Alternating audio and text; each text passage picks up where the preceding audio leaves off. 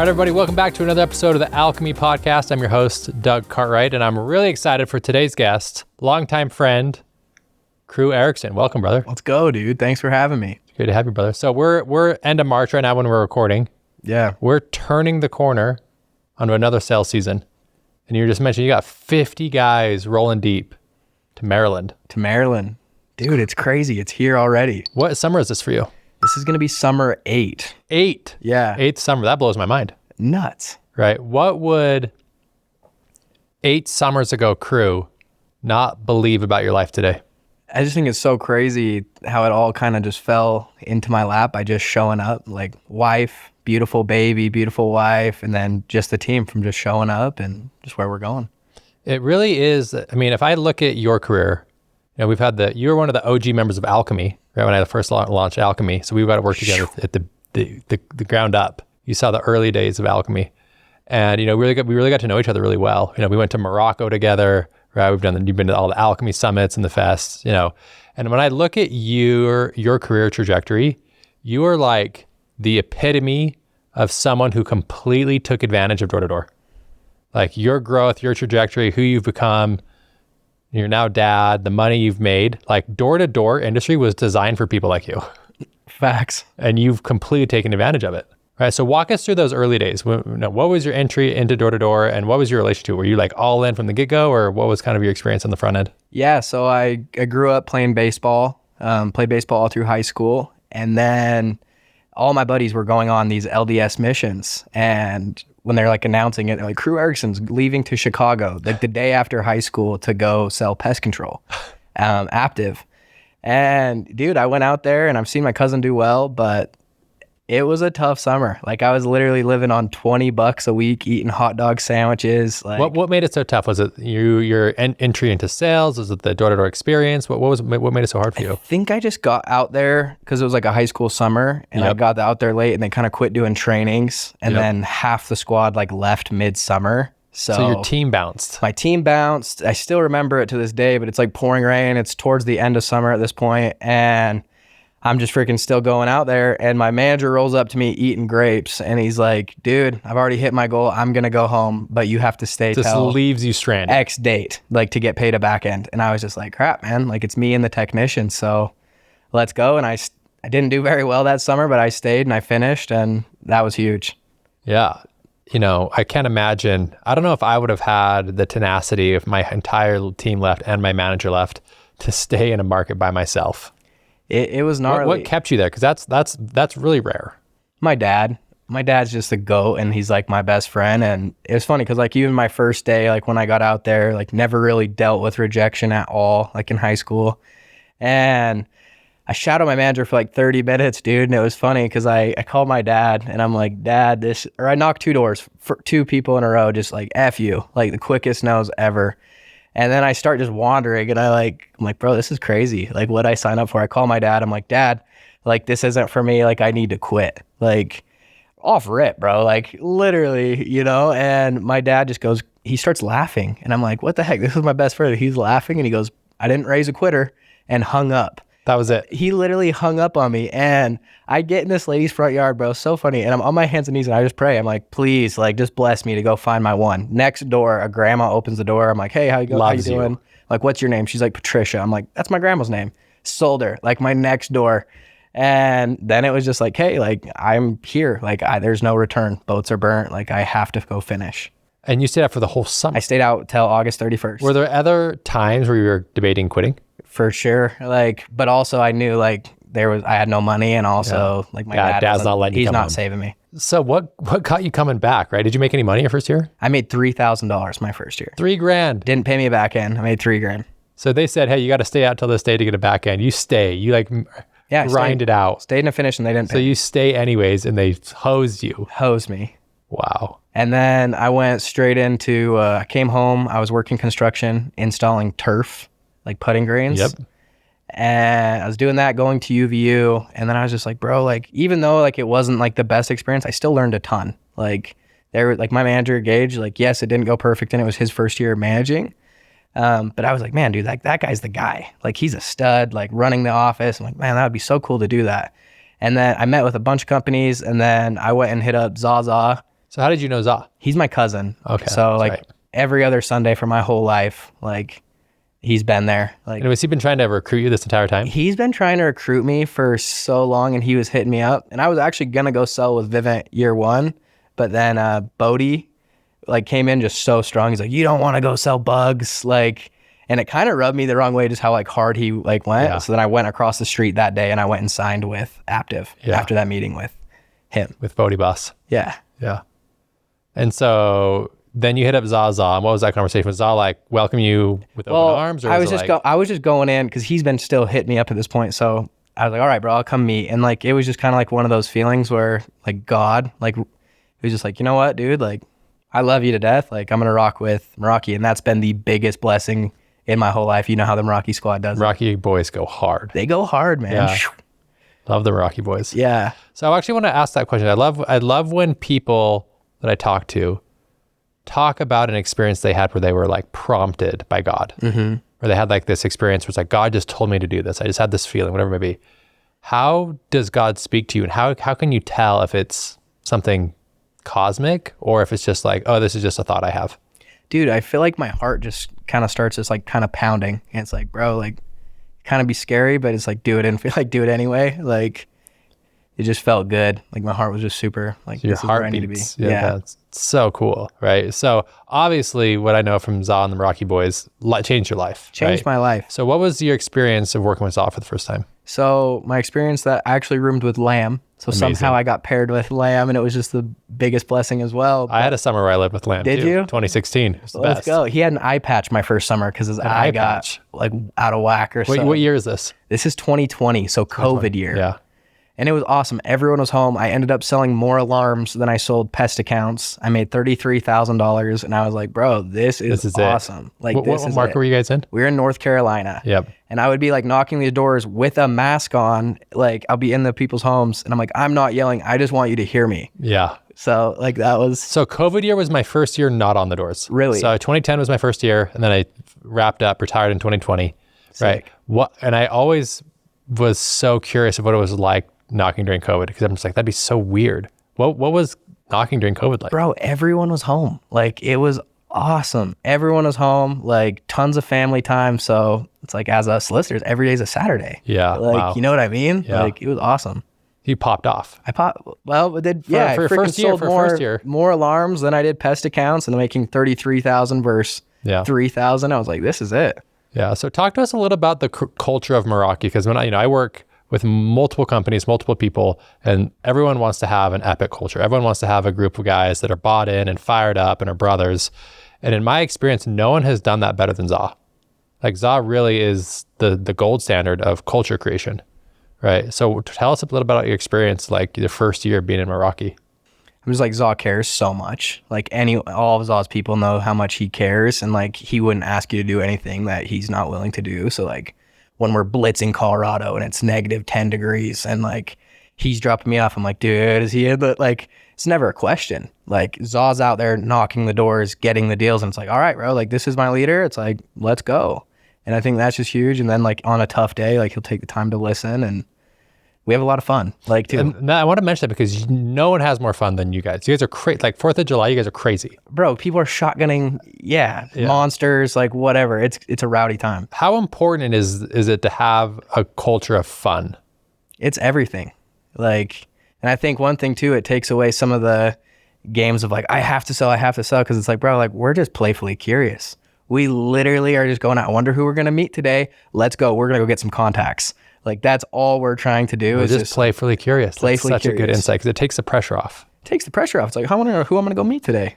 Like, Yeah. We're going to go meet someone cool. Yeah, because you guys have, I mean, you're 4th of July, you're shooting Roman candles at each other. Riding out of a Jeep, shooting Roman candles out, just screaming, here's Vivint. Like, Who is the ringleader of kind of the adventure side of the Meraki boys?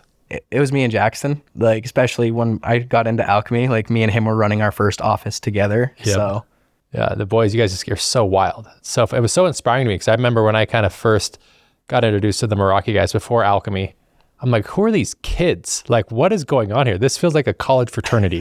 Like, yeah, it's a frat, Meraki frat. It shocked me. I'm like, what is going on here? right? Breaking tables and Well, like, dude, my first summer managing Keefe, and Meta, we partnered up. We broke 6 TVs that year. Like, and I'm just like, F it, because I feel like every time we broke a TV, we were going to go have a PR day. Matty Ice would come in and just punch a TV. It would shatter. Everyone's going nuts. We had a kid eat a live goldfish in meeting. I'm like, what is happening? But everyone's so fired up. Like, well, it just creates such a camaraderie. It creates a brotherhood. Yeah. Right. And then most companies crave that culture. So it's actually brilliant because you're giving these young kids an opportunity not only to go make a lot of money, but to be a part of a sense of belonging. Right. How many people have Meraki tattoos? 20 people, right? tattooed Meraki or Keefe on their arm. So cool. Right. And so now as you've kind of laid your own, your brand is Keefe, right? And you guys are heading to Maryland this year, right? What are the things that you've taken from Meraki that you try to implement in Keefe? Being playfully curious on the doors, really trying to go compete. We love a comp. Like, I think it just makes it more fun when there's something on the line. We love gambling. And then too, like Jason, my partner, like I just feel like Jay Sean, he's the GOAT, like literally my best friend. One of the best dudes. I'm 2 weeks older than him. He's my cousin. Like, I just feel like we literally yin and yang so well. Like, I like kind of getting rowdy and like going like that. Jason is just... Yeah, well, how would you describe your two roles? Because it's really important as you grow a brand that you have to have a great partner that balances you out. Yeah, I'm like, Jason is just, he's the man. Like, just a rock there. So organized, like really good with follow-up, making sure people are doing well. And I try to do that as well, but kind of be a little more rowdy. Like, I run meetings and stuff, and he's just the rock for the Keefe squad. You guys are a great combo, right? Was managing always in the cards for you? When did you decide you want to be a manager? Well, it was funny. So my second year at Vivint, me and my dad made a bet because I told him I was going to go all in on the preseason and everything. And he put this symbol on my arm before every single baseball game from the time I was 5 years old to 18. Hold it up to the camera here. I don't know if you can see it right there. Yeah. We'll but zoom in. That symbol just means unfuckwittable. Like, and he put it on his arm before every single college baseball game with him and his buddies. And my dad does not like tattoos. And I was like, dude, I'm going to make $100,000 this year. And he like laughed. He's like, Krew, bro, like, you're a stud. I'm super glad you made $30,000, but you're not making $100,000 this year. And I made $100,000 by like August, like first part of August. I was like knocking for ink. And Zaza went home. This was like the first year he didn't do extension. And he goes, Krew, I want you to run extension. And I was like, all right, let's go. And we ran the #1 extension group in Vivint. Like, I PR'd, I did 14 my first week. Leonard popped off, did like 11 by a Wednesday and just left. Like, everyone was just like hitting their goals. And then that next year, I thought I was going to be a part of Meraki again, like the office. But me and Jackson were so big, and Zaza just shipped us off. Like, pushed you out. Yeah, didn't even no prep before. He's just like, all right, you guys are going to go to Jonesboro and run a satellite office. So then me and Jackson went and did that. Yeah, what did you learn your first year managing? Because one thing that a lot of people don't realize is how hard managing is until you're a manager, right? How was that first year in Jonesboro for you? I think biggest thing I learned, like, is there's just so many different personality types. Like, some people like to be kind of, hey, let's go. And some people just need more, like, kind of like encouragement, like kind of softer, and just balancing all the different types of people there is. Reminds me of that quote that says, you treat everyone the same by treating them differently. I love that. Yeah, by basically giving them what they need. Yeah. Some people need the hard charger. Don't be a little, bitch, push it. Other guys need you to put your arm around them and be like, hey, bro, got you. You're good. You're good, man. You're fine. It all works out. Everyone kind of responds differently, right? So one of my favorite questions to ask is, how long did it take for you to realize that you were good at the job? Where you're like, oh, okay, I'm actually pretty good. I kind of have this figured out. Not I'm the top rep in the whole company, but I got a grip on this thing. How long did it take for you to feel like, okay, I feel like I understand the job? Brad Rossiter came out my second week at Vivint. Ever, or second year managing? My second week at Vivint. First year, I was like, okay, I can actually do this. But he came out and he did a competition where it was like $200 to a family member. Like, get it, And it was a 1v1. The kid was like 5 account like ahead of me. And he throws the comp. It's a 1v1. And I didn't have a ton of money at the time. And I just Venmo'd my sisters $200 right then as if I already won. And I was knocking so hard. But I sold 12 days in a row, like, which was crazy. And I was like, okay, I can go do this. Like, I just need to go talk to 30 people and I'll go sell one. And that kind of inspired the belief, like, okay, I can go sell every day. Yeah. And from there we took off, right? That self-belief is so important, right? And I know a lot of the guys in your group, reason your whole group so well, it's because everyone has a really high level of self-belief, sure. right? So walk me through this, right? So you're taking a group of 50. I mean, I never took a group out of 50. I got close. I got in the 40s, but never got to 50. Good, yeah. Right. And you're going to Maryland, and we're a couple weeks away, right? So for someone listening to this, one thing's going to happen. How many rookies do you have? Like 35. So majority rookie heavy. Mm-hmm. Statistically speaking, you're going to get out there. Guys are going to bagel. They're going to question if they want to do the job. They're going to think it's not for them. They're going to want to quit. Statistically speaking, that'll happen a couple of times in your group. Sure. Right? So for a manager listening to this, that's going to happen to a lot of people, right? How do you have the conversation to someone when someone comes, let's role play, okay? I'm a first year rep. Hey, Krew, I haven't sold anything this week. I just don't think this is for me. I think I'm going to go home. Yeah, bro, I hear you. I'm like, it's just so tough because we've all been there. Yeah. Like we all have these really hard lows. I think just trying to figure out why, and not just for yourself, but how much this can go change everyone's life. And I think just taking some time to even go knock with them and show like, hey, bro, like this is doable. Like everyone likes to buy, no one likes to be sold. And really my words couldn't even be really that much different than yours, but just making a friend.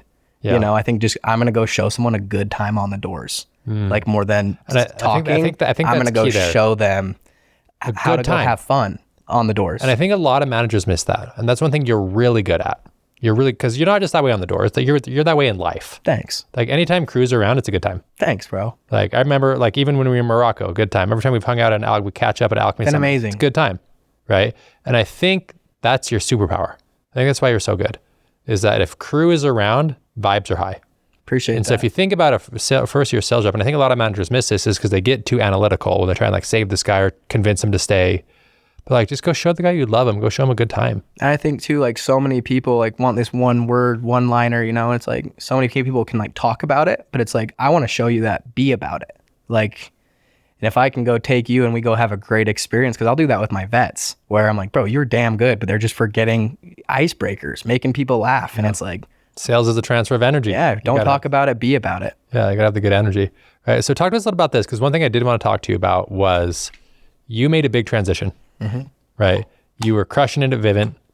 You had a great team. You had a great leader. Awesome team. Awesome experience at Vivint. Great experience at Vivint. Right? And you decided to go try a new industry in solar, right? How was that leap been for you? It was awesome. Scary. Going in, not knowing what a kilowatt was. We just saw the earnings, and it was like, bro, like that solar group, we had probably 70% of our reps were in selling smart home and 30% were selling solar at the time at Vivint. And they made just as much as us, like the 30% as the 70%. But I mean, sales is sales. It's just like, might as well sell the biggest ticket item you can. Yeah. What was the hardest transition between being a smart home sales rep to being a solar sales rep? It's not so fast. Like a Vivint deal, it's like cool. It's best. Like my tech's right outside. Go and install it so quick. Yeah, you knock on the door and 45 minutes later, it's done. It's cool here because I'm like eating dinner, with these people while I'm closing. I'm having a drink with them, and it's just building that relationship and then trying to milk it even more for referrals and just that connection. So the in-home experience is a lot longer too. Yeah, it's. It feels like that's more your style, just hanging out, chilling, getting to know them. That's more your great. vibe. And it's just crazy, like offering a product where I'm like, I'm not adding a bill. Like I love Vivint. I love like pest control's okay. But I'm adding a monthly bill. This is literally just a bill swap. Just like switching from AT&T to Verizon, exact same service, just lower. Yeah. Who would not benefit from going over to solar? What type of person? Like what type of sales style? Who might struggle? If you're selling business, like just really fast, and not the best business, like if you're just kind of like doing it quick and not explaining everything. Counts, yeah. Because I think the number one reason for cancels is like they'll go to like a barbecue, and if you didn't explain everything, one of their neighbors will like sketch them out, and then it'll cancel. Yeah. Yeah. What is it like? Because I know that initially, when you first move over to a solar, the cancellation rate can kind of be jarring. Sure. Right. What have you learned about solidifying solar deals for a solar rep listening to this, to say they have a high cancellation rate? Right, it could be any company, Sunrun, Pros, V3, whatever. Right, what advice would you have to someone to solidify your I really like the quiz. I do a quiz at the end of all my closes just to make sure they fully understand everything. And I'm like, so as soon as I'm done closing, did like the escalator and everything, I'm like, Yeah, last thing, Sunrun just has me make a quiz. You can blame it on my mom. She's a teacher. How much out of pocket do you have to pay for the solar? 0. If hail or anything damages a panel, how much do you have to fix? 0. If you move, is it a transferable? Yes or no? Yes. And it's why, like a year down the road, it does everything that it's going to go do. Why would you go solar? Every single one. To save money, to save money. And I feel like just that little quiz, because those are the main questions people get asked. And it's like, if they can go answer those confidently, I'm chilling. Solidifies the deal. Yeah. Right. So another objection people get in solar a lot, and I'd love to hear your way you overcome this, is, hey, Krew, this sounds great. Want to save money. I'm just going to go shop around other competitors. Obviously, you knocked on my door, you know, there's probably a lot of solar companies. Yeah, so just leave me your card and, you know, I'll just shop around. It's funny, like, because that one, and one nice thing is for Sunrun is we have so many customers everywhere. And like, as soon as I get to a neighborhood, I will go make friends with the Sunrun customers. Yep. And all the time I'm like, yep, like I'll give you $20 if I bring anyone over and you just tell them honestly how you like it and explain their experience. So you go to a current Sunrun customer. As soon as I get to Hood, I go hit all the Sunrun customers. And so you have them all. Yeah. Hey, I'll give you $20 if you come over and just tell them your experience. Yeah. Or like I've literally had them jump in my car and we'll drive to the neighbor's house all the time and they'll talk and they're like, dude, it didn't cost me anything out of pocket and I'm saving money day one. And I'm like, it goes a long way. Like, yeah, like hearing me speak, but when they hear a neighbor who's already been through the experience, brilliant. I'm chilling. Yeah. Yeah. I remember like, it reminds me like my Vivint days, like when I was crushing it at Vivint, that's what I would do. I'd go to get a neighborhood. I'd go talk to every Vivint customer. Yeah. And then I would pay them. I'm like, hey, I'll give you $50 if you write a post on the neighborhood Facebook page. You're the goat at that. I am the goat at that. You are. And I would get 10 people posting and then I would knock on the door. I'm like, hey, I'm sure you've seen the post. Yeah. Okay. Let me show you what we're doing. You're such a stud. Yeah. Yeah. Yeah. Because it's just that it's because the number one, I mean, obviously if you're in sales, you know this, anyone listening, the number one objection you have to overcome on the doors is trust. If you have trust on the doors, you have everything. You sell the whole neighborhood. Mm-hmm. The whole neighborhood. What are some other ways you can build trust in the neighborhood with solar? Yeah, neighbors is huge. And even like if you can't show them their house, like talking through the neighbors, like their experiences, name dropping all the time is huge. Yeah. Having a list. Yeah. Yeah. You're the goat at that too. And the list. I literally still knock with my list. The list. So I love clutch. it. The list is clutch. It is. Yeah. The list. Do you know anybody on those? Every single time. You know it on this list? Cool. Yeah. They're all customers of ours. Let me show you what we're doing. Yeah. That's a Doug I need to get back special. I need to get back on the doors. You'd kill it. I need to get back on the doors. Sometimes I have the itch. You would kill it. I got to come see the Keefe boys in DC and sling some solar. I'd love it. Be great. Talk to us a little bit about when I met you, you were single. Mm-hmm. And one thing that I always admired about you, because we would talk about your goals, right, when we were doing one-on-one, and you'd be like, I just want to be a dad. Just want to be a dad. And that's all. That's been a part of your life forever. Yeah. Right. So when we first met, when you first joined Alchemy back in the day, you were single, wanted to be a dad. Mm-hmm. Now you have a beautiful wife and a beautiful baby. So talk to us about the transition of what it's like to be married and a dad now. It's nuts, dude. Like I've been writing down since I was 19, my top 10 goals. And my number one was create my own awesome family.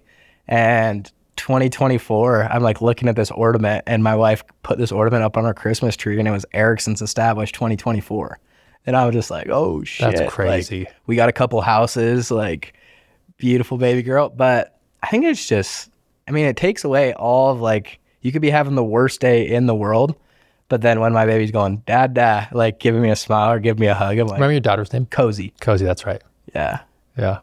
So a question I've been asking a couple of people recently, because there's a couple of people on the podcast who've had babies for the first time parents. And I asked the same question and I actually got a really good response. I'll share the response with you, but I want to hear your response first is, what is it like to become a parent? How would you describe it? What it's like? I think it's crazy because I didn't know how much I could love something like, and it's literally me and then my favorite person ever, just a mix. So I think just the ultimate like happiness, really. Yeah. I love that you said love. So obviously I don't have many kids myself, but I had Alex Hall, who's an absolute unit. She's amazing. She was on the podcast about a month ago and she's had her first kid. Congrats. Yeah. And I asked her, I said, hey, what's it like to have a kid? And she described it in a way that made sense and you're going to love it. I know you'll love it. She said, I've been thinking about it nonstop for a month since. She goes, it's like accessing a new dimension of love. There's cool. There's a dimension of love on the planet that you can't access until you have a kid. And then once you have a kid, you can access a whole new dimension of love. And I'm like, that makes sense in my head. Yeah. And I think you said something, quite, it's like experiencing love you never felt before. Mm-hmm. Yeah. What's funny about a baby is we were just over at my grandma's this Sunday, and Cozy's the only like really little baby there. And there's 20 adults just laughing and smiling, cheering on this little baby in the middle. And it's like almost kind of like a baby's kind of like going to the zoo, like an animal. Everyone's like, oh my gosh, look at it. Punch the monkey. Everyone's going nuts. The best. He is goated. I was getting fired up for that punch monkey. But yeah, I'm like, everyone is just smiling, making voices, hoping Cozy gives them a smile. You know? So cool. It just changes your experience of life. How has it changed you as far as your goals and how you do the job? I think that's just that much bigger why. Like easier, the bigger the why, the easier the how. And having her, like, I'll have my wife just snap me a photo, like, and I'll just look at that, like, when I'm knocking, and it's just that much easier to stay in the fight and keep going. Yeah, because the why is so big. I mean, dude, I know it could be pissing rain, I could get 100 no's, but when I get home, I'm getting a big old kiss from Coz. Like, what else do you want? What else do I need? What else do you want?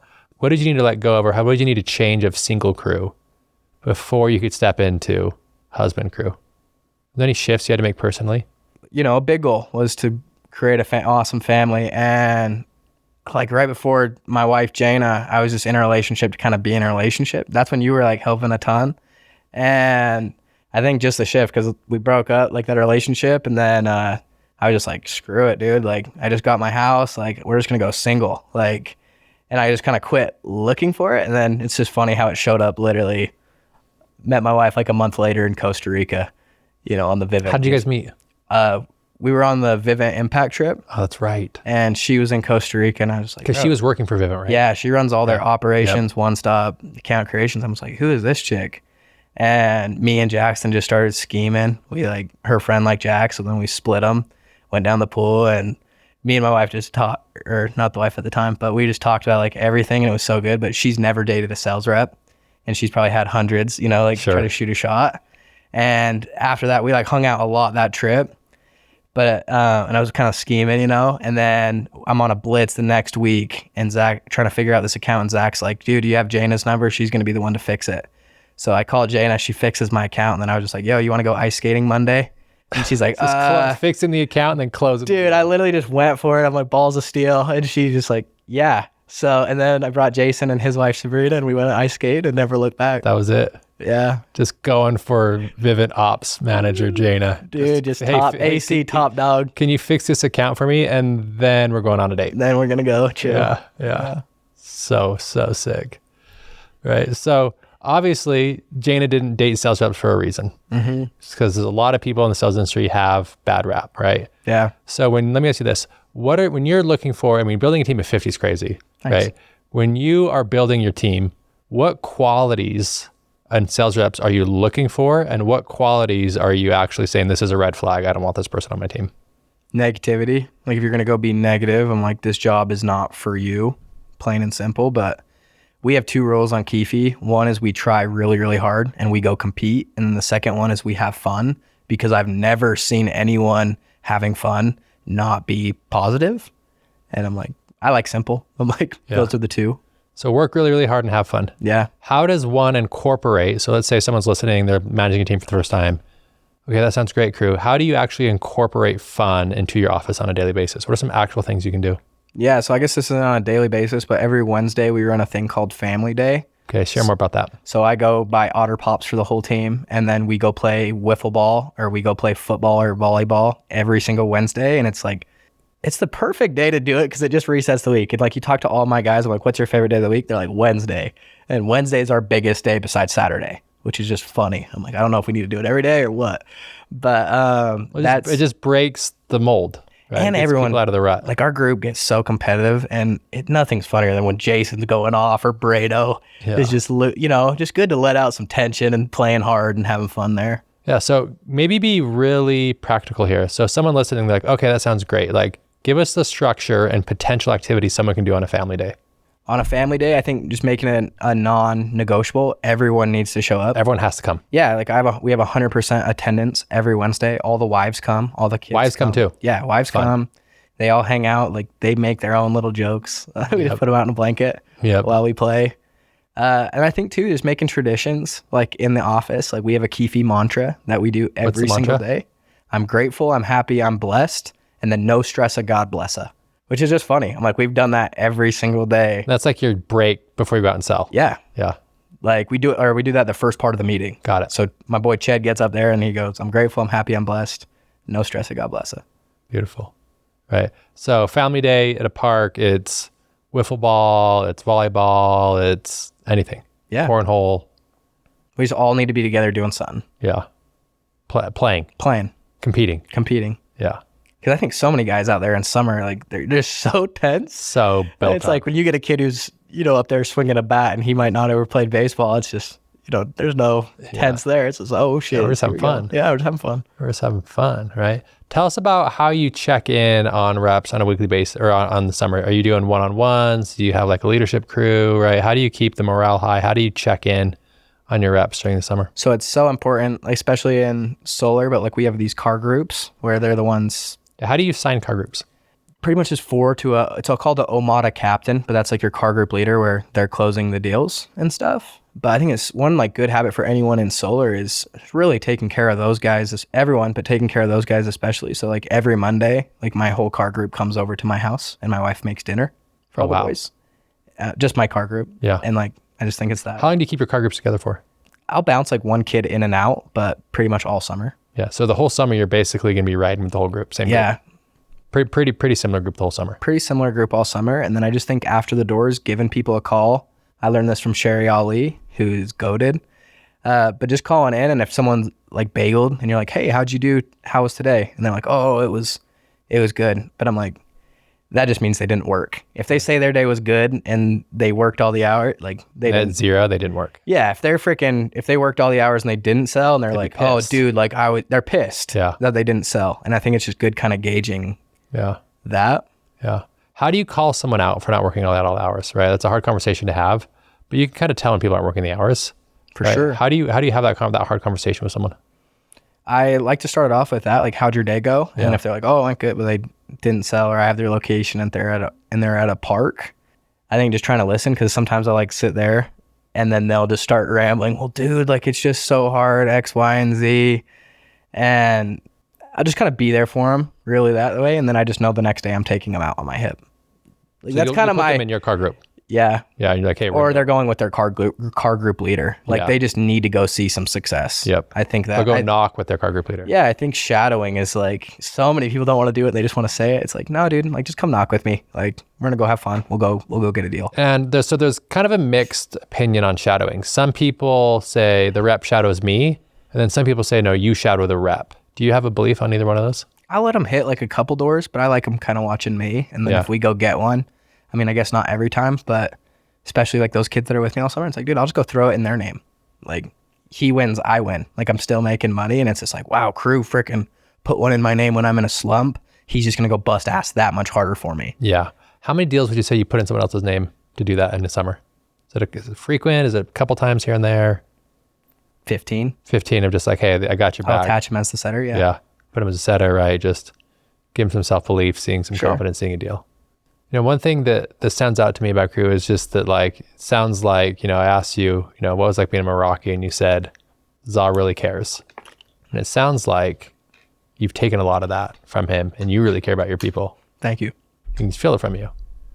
So I'm curious, who else in your door-to-door career, you worked at Vivint, there's so many mentors, you worked at Sunrun, you're still at Sunrun, there's amazing people at Sunrun, right?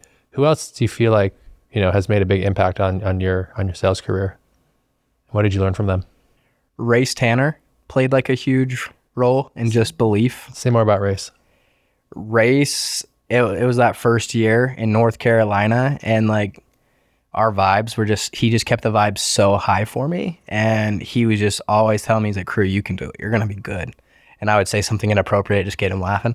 Like, but his belief, he like believed in me a ton. And then like, I just owe a ton to Zach as well. Like Doodle did that and more for me, really. Yeah. One thing that's really common is people who seen success in the industry like yourself is that at one point in their career, they had someone who believed in them more than they believed in themselves. Mm-hmm. It sounds like for you, it's a combo of Race and Zaza. How important is that role for you to play for other people?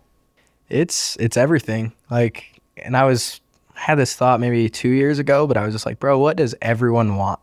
What is something that everyone wants? And it's just to feel good. So it's like, cool. Like, knowing that, it's like, how can I make as many people feel good as possible? And having my daughter Cozy, I knew I wanted to do something cool, like having her. So I was like, I'm going to start a nonprofit. I don't know exactly how it works, but I'm going to go do it. And I hit up Chewy and this guy named Teagley. We went and hit a Ash and Ice sesh. Love Teagley. Yeah, Teagley's the GOAT.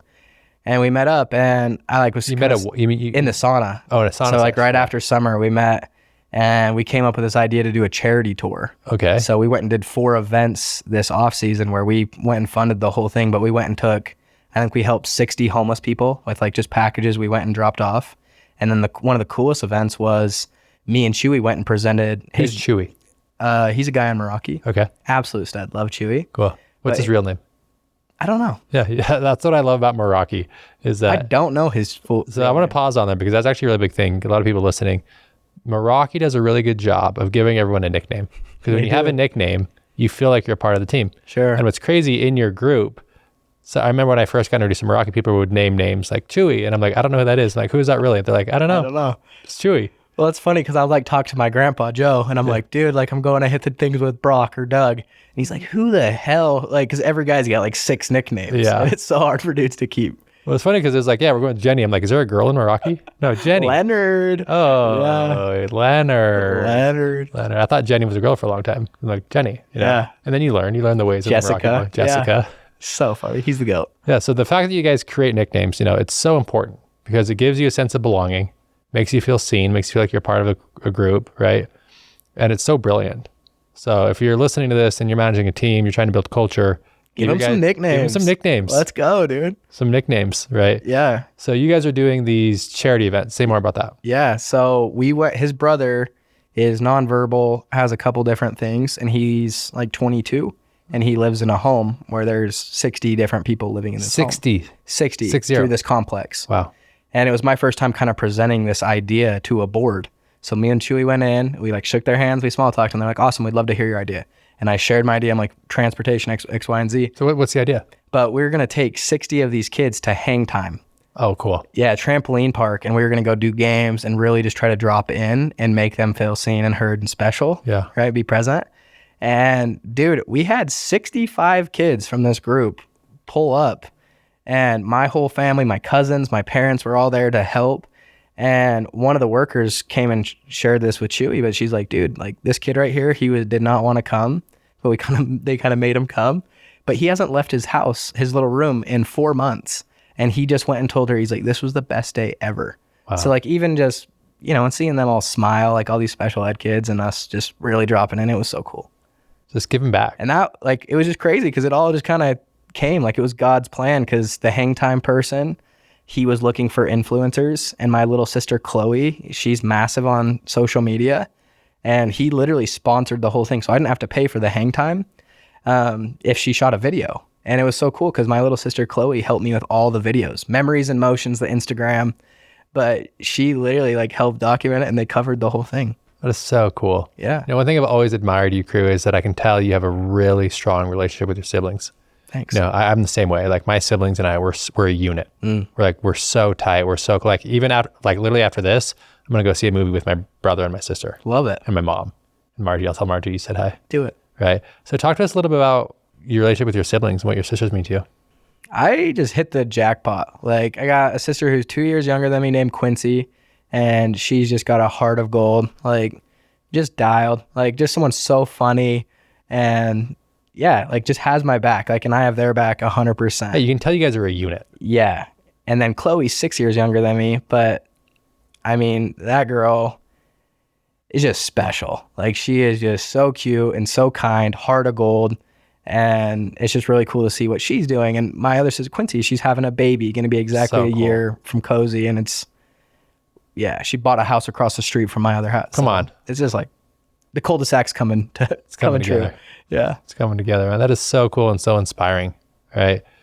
So as you turn this corner, you're leaving what? I mean, it's March 19th today. April 10th. You're 3.5 weeks out. right?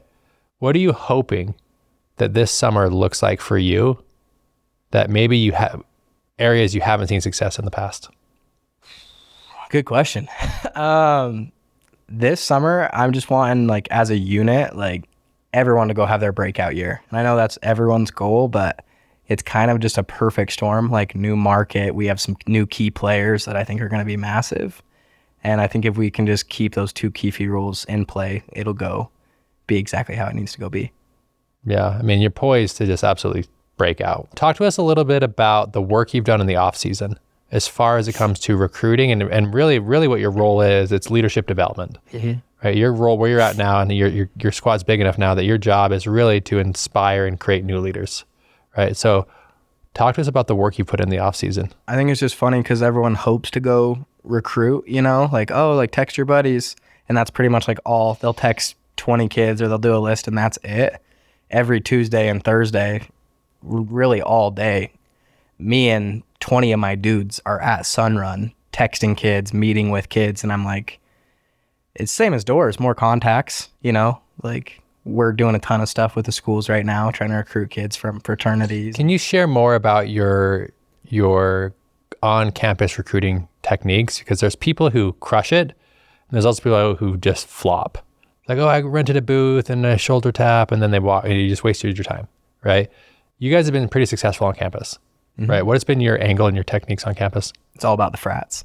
It's all about the frats. Say more. We just have some guys like and are part of my team that were a part of the frats and just trying to link up with presidents and go present in front of those fraternities. What's that conversation like with the president? What's your angle? Our angle is we're not trying to take anything away because a lot of guys got internships and like all these cool things, but like this is just 1%. Like if this can help at all, like let us come speak. Not here to take anything away from your frat. We're just trying to give you guys a tool to even go help make your frat 1% better. All right. So when you get in front of the frat, right, what's the pitch? What does that presentation actually look like? Yeah. So we start off with like a card game. It's literally roulette to get them wild because every frat guy loves betting. Yeah. And then it's pretty much just kind of why Sunrun. And we really try to like undersell and then go over deliver because you go show a frat kid to go make $30,000, $50,000 his first summer. It's like you have a lead for life. Yeah. You know what I mean? And I think a huge thing is just talking to parents. Like, because a lot Does that come up a lot? Yeah. Like, and I think a lot of kids try to say like, oh no, I don't need to talk to my parents. But a lot of times their parents are the ones helping them with school. And it's like, if you skip that step, it screws you. How do you handle that step? Do you actually have a conversation with the parents? Yeah. Just make it part of like mandatory. It's like, yeah, we're going to hop on a call with your parents, especially if they're like a sophomore or a freshman. Yeah. And then I kind of just talk to them and tell them my story. So you're actually talking to the parents. Mm-hmm. Yeah. Give us a breakdown of like points to hit when talking to a parent.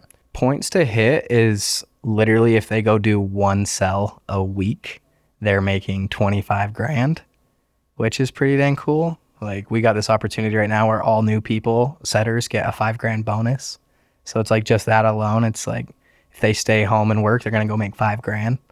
So it's just like kind of hitting on that and just not just the money, but all the skills they're going to go learn. I think having them go look at the Meraki Instagram is big. Yeah. What are some of the objections and concerns parents have? They're scared like where they're going to be staying. And then we explain like housing is covered. Is this legit? Like, are they going to be paid? And like, I've had to show parents like my pay stubs. Yeah. And overall, parents seem like they're probably pretty cool with it. Depends on the one. Yeah. Sometimes parents are just kibosh it. Yeah. Yeah. Like this is a scam. Yeah. Not into it. Yeah. Yeah. So you go into the fraternities, you're building this relationship with these presidents, you share the opportunity, right? And then are you trying to like get them on if you're doing this in January and February, you're trying to get them on a blitz really quickly, but how do you maintain the enthusiasm from someone who you talk to in January to get them out, come to DC in April? Yeah. And like, we're still learning. Like, that's what's so fun is like, this is all so new, like kind of getting into this, just touches, like the more touches, the better. Like really trying to talk to them every other day, getting them. Every Tuesday we have trainings virtual as well. So trying to that's a good way to see if they're actually going to come, attendance on those. Yeah. It reminds me of, I actually learned this from Tony Robbins, and I've been sharing this in my podcast and in my coaching calls recently, but it rings so true that it says, if you experience a lack of commitment from a rep, from your girlfriend, from whatever, right? There's a lack of commitment you're experiencing. It's always due to the fear of failure. Always.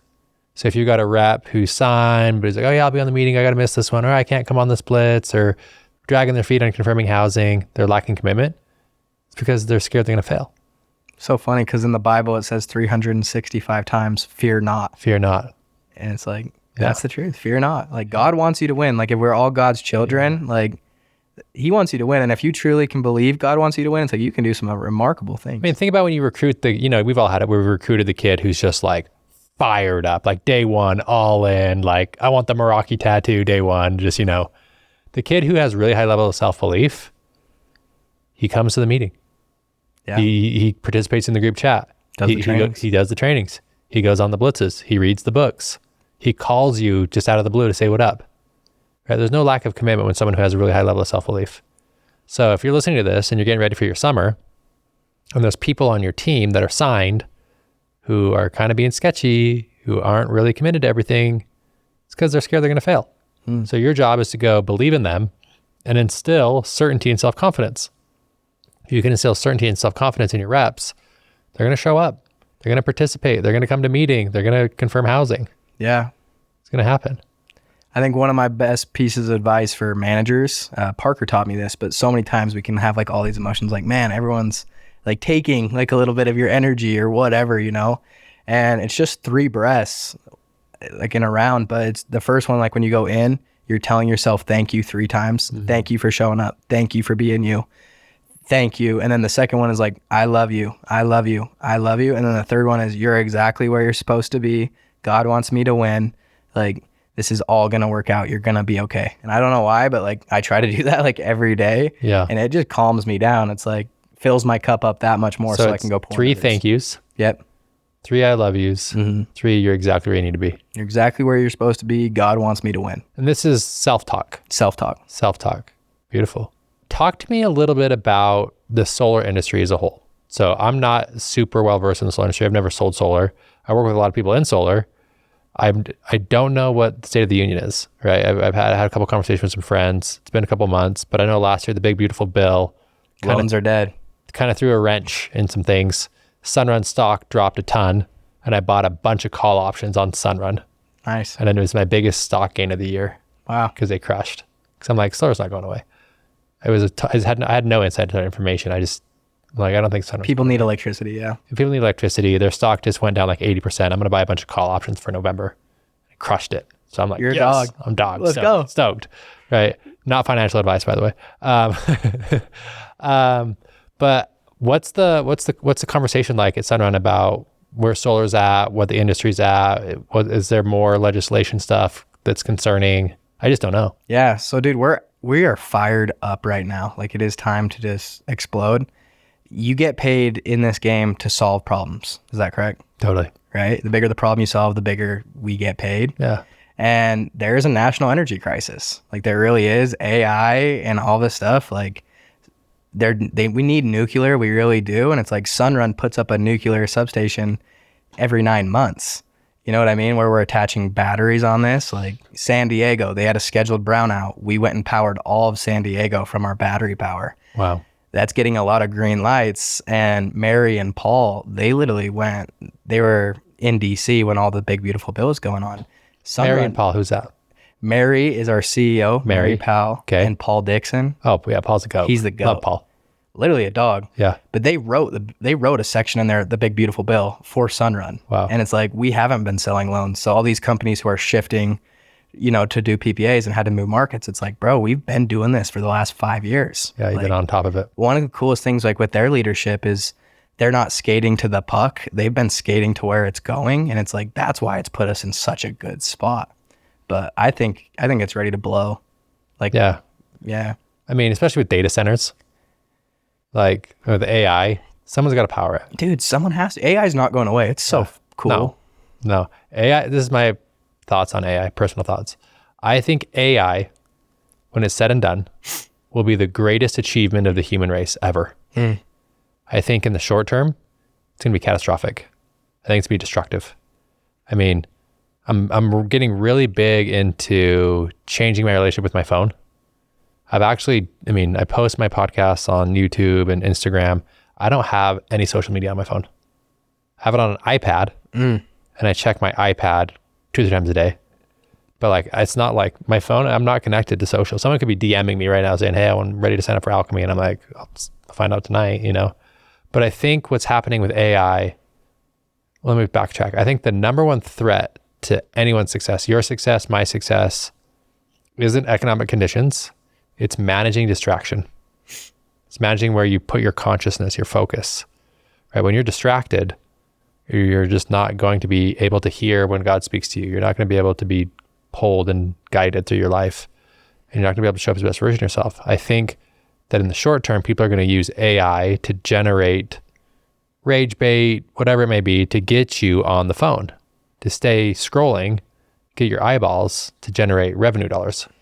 And AI is going to be used as a weapon for that. With the AI videos. And it's so hard to know what's real or fake. Because I'll get fired up and I'll call my wife. I'm like, dude, there's a video of like a lion fighting a gorilla. And she's like, Krew, this is AI. It's fake. I know, like, but no, I get hyped. look at it. It's a lion fighting a gorilla. Crazy. It's funny. My mom did the same thing. She goes, I saw this video of this cat like chasing a deer. I'm like, Mom, that's fake. I know. She's like, is it? Those AI videos get me. I mean, AI is so good now. Dude, it's crazy. And so I'm saying AI is not going away. And that uses a lot of data and a lot of energy. And someone's got to be able to produce the energy. Solar is not going away. Oh, have you seen what they're doing in China? Say more. China, like the government, it's hundreds and hundreds of miles of solar that they're putting up. And right now it's kind of like the race to space. It's like whoever conquers the energy platform, like that's who's going to win the AI race. Yeah, they're gonna be the lead in making decisions. Yeah. Yeah. I mean, it's crazy. I think we will get to a point in our life. I hope so. It'd be really cool if we can be alive when nuclear fusion happens. That'd change the whole world. It would. You know? So it'd be crazy. I think it could happen. I think it's CERN out in Europe. They have those colliders that smash atoms together and they generate more energy than it produces, and you can capture. That's crazy. That's crazy, dude. People, some crazy smart people. It's crazy to be alive right now. I know. It's crazy to be alive. We're in here. We're just filming a podcast. We've been to freaking Morocco together. Been to Morocco, dude. Rode some camels through the Sahara. Rode camels through the Sahara Desert. We've had great chats in our career, and now we're talking about solving the energy crisis because of AI. Life's a trip. Life's a trip, dude. And now you're a freaking dad. You got a beautiful wife, a beautiful daughter. Thanks, man. And I just want to say I appreciate you so much, man. Like you were there for me at the very early steps, and you have been a great friend. Thanks, bro. I've loved getting to know you. You're a brother for life. You know, it's been really fun to see you grow and expand. And just like I know in my core that the best of Krew Ericksen is yet to come. We haven't even scratched the surface yet. Thanks, brother. Yeah, man. I really believe that. And really, I know as we kind of wrap up, our time's wrapping up here. I'm actually genuinely curious as a friend. What are you most excited about in 2026? Dude, just seeing Cozy get bigger, like, and I just like keep thinking, like, man, when we go execute, like after the summer, like how fun it is going to be for Christmas when she's walking and like talking. You know what I mean? And then my sister's got her baby, but it's just a great time to be an Ericksen. Like, really, it's a great time to be an Ericksen. Yeah. If I could buy stock in a family, I'd buy it in the Ericksens. Thanks, bro. Yeah. To the moon. To the moon. Well, cool, bro. Thanks for coming on the show, man. I'm so freaking fired up for you. I'm so stoked you have 50. I was saying before we started filming, you know I'm a Rufus fan. You know I love Rufus. We got Rufus the Soul playing in DC June 19th. Probably going to go out. Dude, I got to come see the Keefe boys. We'd love to have you. Awesome. Krew, you're the man. Sending you a lot of luck this summer. I know you guys are going to crush. You put in the work. You're a great leader. People look up to you. You inspire so many people. You're a great salesman too. And I know that 2026 is going to be your best year ever. Thanks, bro. Love you, man. Love you, bro.